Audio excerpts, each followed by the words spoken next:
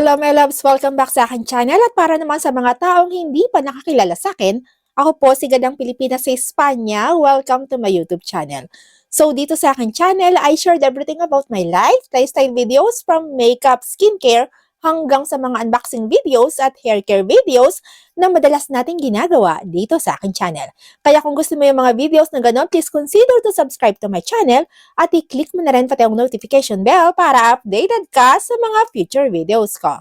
Okay, so bago tayo mag-umpisa sa video natin ngayon, pagpasensyahan nyo na kung hindi ako masyadong makasalita ng maayos kasi masakit pa rin yung aking lalamunan.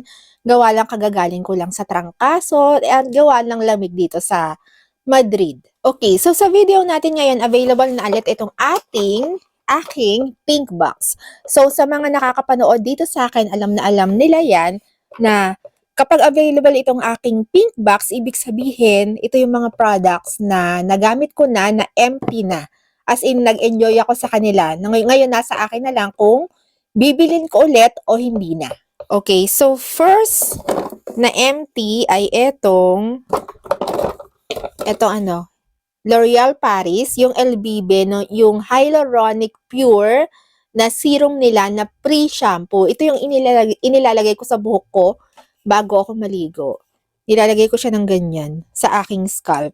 And after kong maligo, tapos na patuyo ko na yung buhok ko, ang lambot ng aking hair. Pero syempre, depende pa rin yun kung paano mo i-wash yung iyong buhok. So, gustong-gusto ko to and naka-schedule ako kung kailan ako bibili ng bago. And then, next naman, may sipon pa rin ako kaya pagpasensyahan nyo na. Ito na mga anya, yung Keratina Liquida na collagen and hyaluronic acid na treatment. So, ini-spray ito sa buhok. Ganyan. So, wala na rin siya. Hindi na ako bibili ng bago kasi meron akong bago dito na nabili na hindi siya spray pero treatment din siya. Nabili ko siya sa Sephora kaya hindi na ako bibili nito. Pero maganda din yan sa buhok. And then, next naman ay etong Color Wow na Dream Coat, yung Supernatural Spray. Ay, sobrang ganda nito sa buhok. Lalo na kapag in-spray mo siya sa buhok mo bago ka mag-blower. Sobrang lambot ng buhok mo. Plus, heat protectant na rin siya. Hindi mo kailangan gumamit ng separate na heat protectant sa buhok mo. Ito lang sapat na. Ayan, wala na siya. Medyo hindi na ako bibili nito kasi may nabili ako na isa pang product ng Color Wow. Kasi ang mahal nito. So, tapos araw-araw ako naliligo, 'di ba? So, every time na mag-blower ako, gagamitin ko siya. So, sobrang mahal. So, hindi ako nakakatipid. Kaya hindi na muna ako bibili nito. And then, eto, hair oil. So, alam na alam nyo naman yan na mahilig talaga ako sa hair oil. Before maligo, saka after maligo na habang basa pa yung aking buhok. Hindi naman yung basang-basa. Basta nilalagyan ko talaga ng hair oil yung aking buhok. Ayan, tulad ngayon, naka-hair oil ako. So, hindi na ako bibili nito. Ito ay L'Oreal Professional na hair oil. Matagal tong naubos sa akin. Sobrang tipid nito. Plus, ang ganda nung kanyang packaging. Hindi na muna ako bibili kasi bumili ako ng Kerastase na yung kanilang oil kasi sobrang ganda din nun sa buhok ko. Tapos, ano na rin siya, kapag ginagamit ko yon, heat protectant na rin siya sa buhok ko. Kaya, hindi na muna ako bibili nito. Stay na muna ako dun sa Kerastase na oil. Tapos, masakit talaga yung aking lalamunan.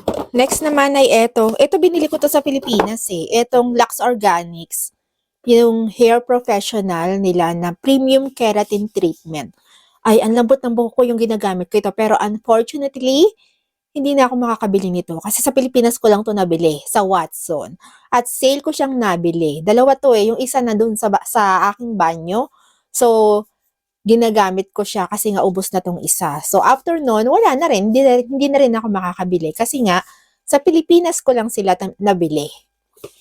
And then, etong John Frieda, yung Freeze is Miraculous Recovery with Ceramides. Repairing conditioner naman siya. So, eto, definitely bibilin ko ulit siya kasi nga ubos na. Plus, ang availability nito, madaling makabili.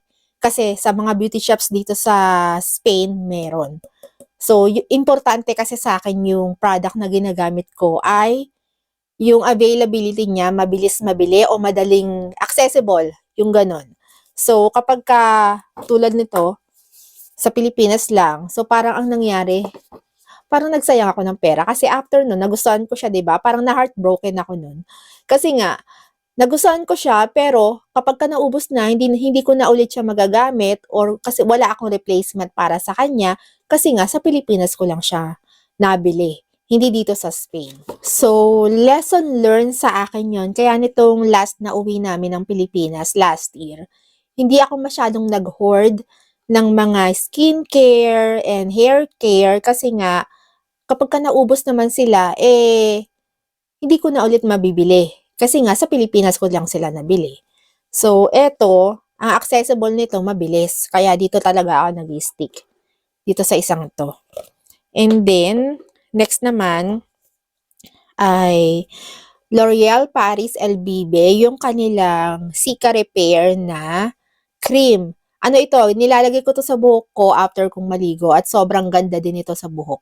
Kasi nga ano siya, meron siyang ingredients na maganda sa buhok, yung Cica. And then, next naman ay etong John Frieda, yung kanilang Freeze Is Miraculous Recovery Deep Conditioner. So, sa mga nakakapanood na sa akin dito, lagi akong meron nito dito sa bahay. Itong Deep Conditioner na once a week kong ginagamit, na replacement sa aking normal conditioner. Na once a week lang kasi talaga itong Deep Conditioner. Ayan. So, as usual, bibili ulit ako ng panibago. And then next ay etong Pro Longer, yung filler amino acid na L'Oreal Professional Mask. Mask naman ito. Ito ay protein mask. So maganda to sa buhok na treatment na once a week. Eto. Medyo ano lang siya. Ubus na.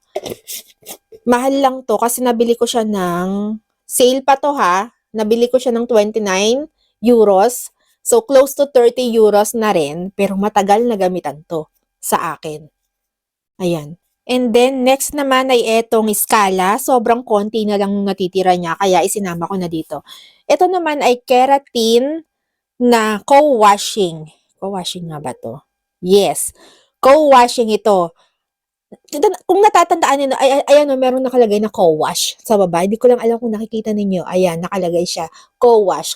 Kung natatandaan ninyo, meron akong video about cleansing conditioner or co-wash. So, ito kasi ginagamit as alternative na shampoo o cleansing sa buhok mo kapag so sabi ko sa inyo, 'di ba? Araw-araw ako naliligo, araw-araw ako nagwa-wash ng aking buhok. Pero hindi ako araw-araw gumagamit ng normal shampoo. So in between days na let's say ngayong araw gumamit ako ng normal shampoo, second day, sa first day gumamit ako ng normal shampoo, second, third, and fourth day, ang ginagamit ko ay co-wash. So, eto yon. So, pagdating sa fifth day, doon ulit ako gagamit ng aking normal shampoo. So, kasi ang normal shampoo kasi, pag araw-arawin mo yan, mawawala yung natural oils ng buhok mo. Pero ito, hindi niya ini-strip yung natural oils ng buhok mo. Kaya, safe gamitin ang co-wash kahit pa everyday mo gamitin. Pero ito ay ginagamit ko lang ng in-between wash ng aking buhok na gumagamit ng normal shampoo. So, sabi ko nga, ulitin ko, ginagamit ko itong co-wash sa second day, third day, and fourth day. Fifth day and first day, normal shampoo.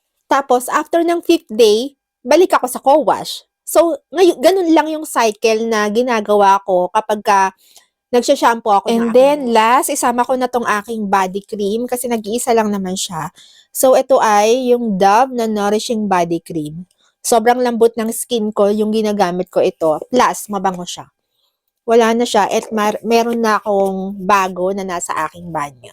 Alright, my loves, thank you for watching sa ating video ngayong araw na ito. If you like this video, please don't forget to give me a thumbs up at pwede mong i-share tong ating video sa mga taong tingin mo ay nangangailangan. Pero tulad ng dati bago tayo magtapos, kung bago ka dito sa aking channel, please subscribe to my channel at i-click mo na rin po tayong notification bell at huwag mo kalimutang i-click ang all after ng notification bell para updated ka at wala kang mamiss sa mga susunod ko pang videos.